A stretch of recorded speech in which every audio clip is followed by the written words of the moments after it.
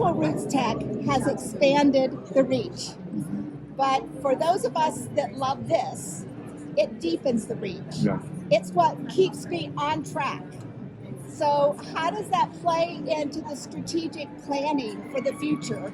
That deepness of movement and the horizontal reach. She's my roommate. She's used to it. Oh, I love that. Yeah. What we learned during the pandemic and really being forced to do it solely online, what it did is it built that muscle that we already had with our website to be able to service millions, but now we are able to service millions with Roots Tech.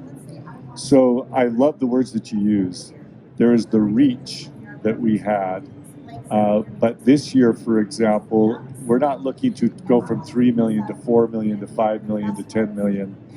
And in fact, our reach last year, if you look at all the social media channels, the broadcast TV we did in the Philippines and Africa, it was actually 20 million.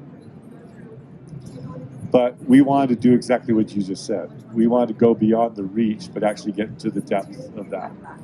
And so right now, we're just looking at how can someone stay online longer, engage longer, start to actually connect. Don't just watch and listen, but actually reach out, contribute, do relatives at Roots Tech. So you're exactly right. And the only way you can do that is if you're not trying to broadcast or touch millions, you're trying to have a million one-on-one interactions. And that's what we were able to do and are able to do here in the in-person part of that.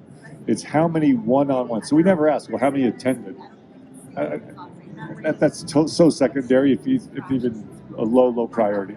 It's how many one-on-one interactions took place that we can't even measure, but we know that they occurred. And so we know that happens here on the on-premise. What we want to do is be able to make sure it happens here on the on-premise, and it can also still happen online. So we're actually more interested, does that person in Manila hook up with that person in Madrid and they start having interactions? And that's a huge success. Here on premise, we can watch it happen. We can hear it happen. You can feel it happen with the buzz. And we're going to continue, yes. So what we're wanting to do is we truly are, and we're so grateful that we're able to do this. We truly are wanting to make sure it's always an or. Gotcha. It's never an or. It's always an and. Thank you. It's always an and, so that we can do on-premise and online. But please know that it will always be the exact opposite order. It's always online, and we will do it on-premise when we can. And so, yeah, we're definitely planning on continuing to gather here in Salt Lake City. During the pandemic, in the second year of the pandemic, we had great success in having smaller archival in-person experiences in many different cities around the world. We did it in Versailles, we did it in Manila. We're going to be doing it in Seoul, Korea next month. So that's once again is the and. So I hope that will keep us all well connected and deep connections, not just shallow reach. Is that all right? Hi. So going off of that same thought, as far as social media influencers, there are many here in person and virtual. What are you looking for from us as far as keeping that energy, keeping that word out virtually and in person? Oh, I love that. Thank you. I'll reverse the question, and I'm not just being coy. It really is, what are you looking from us? What are you looking from us as Family Search? What are you looking from us as far as the whole industry? And I say it that way because the answer to your question is, if you personally have your own family discovery experience, you have your own family connection experience, you've personally tasted it, you personally felt it, then you don't have to ask me what I want, just go share it with others. What doesn't work is if you come in and you watch others do it and you try to report that or you try to explain that to others. So the stories that you all tell, the stories that you're able to share, they've got to be your story. And if it's your story first, then yes, go ahead and report what others have experienced, what you've already experienced. Does that make sense? It does. Thank you. So please have your own experience first, and then go from there, and we'll just support you and do all we can to help you. Great. Thank you.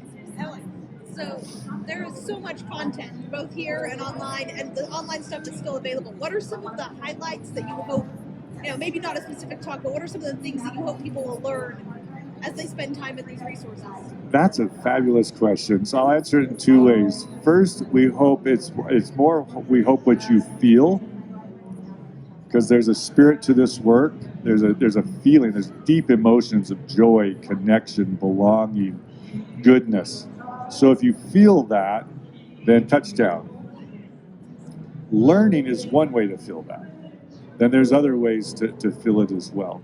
So the unique, the universal thing about this subject matter, and the hard thing about this subject matter, is it becomes very personal very, very quickly. I mean, we all love to connect, but you just want to hear about other people's stories just so much. You really want to experience your own.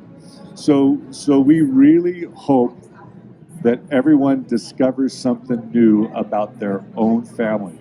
Whether you're a reporter, an investor, you're putting together the cinnamon, the almonds for Kirby or whatever, that you have your own personal experience. That's what we want you to learn. The terms that we love more than any when it comes to RootsTech or anyone that participates in the industry, I love to hear when we say, I had no idea. When they say, I had no idea. We just had one of our archival friends from the other side of the world see and feel all of this, and when they said, I had no idea. That is what we're looking for. And then it's always nice when it's accentuated with a little bright, smiling eye and a tear. Tears of joy, and I had no idea. That's what we're hoping everyone experiences. Is that all right? Yeah, thank you. James, did you guys have a question? Okay. Your Grace friend.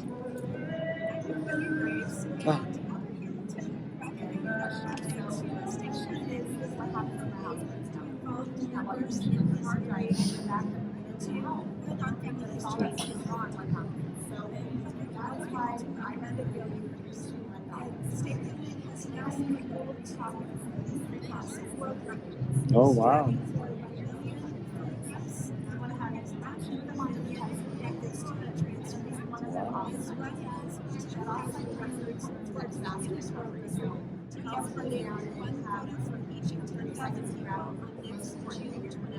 Wow.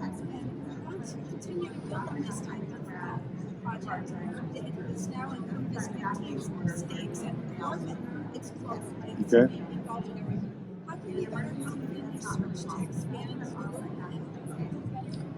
Well, that's what a wonderful, wonderful question, and thank you, Billy and Grace. All of this is fun. All of this is enriching and positive. The unique thing about Billion Graves is that it's physical. So we love the fact that you can get out there and you actually experience it and do it in person, which is why it's wonderful for everyone, but especially for the young people. To answer your question, what would be really, really helpful is we make those top level numbers like 1 million, that's a tremendous thing. What we have found, if you just focus in on the experience of the one though, so if it can please be one individual photo 1 million times versus 1 million photos. And if we can do that, then not only will the experience be richer, but it'll be more accurate. We have found through many years, whether it's, there's millions and millions of things we want to do here.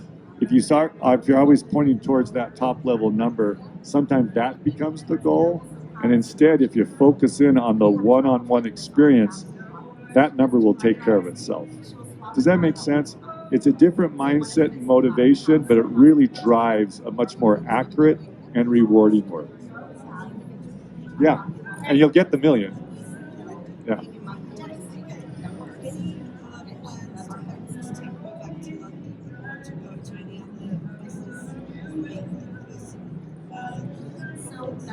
I love that you answered that with a strong Tennessee accent. No, I'm kidding. That's a wonderful question.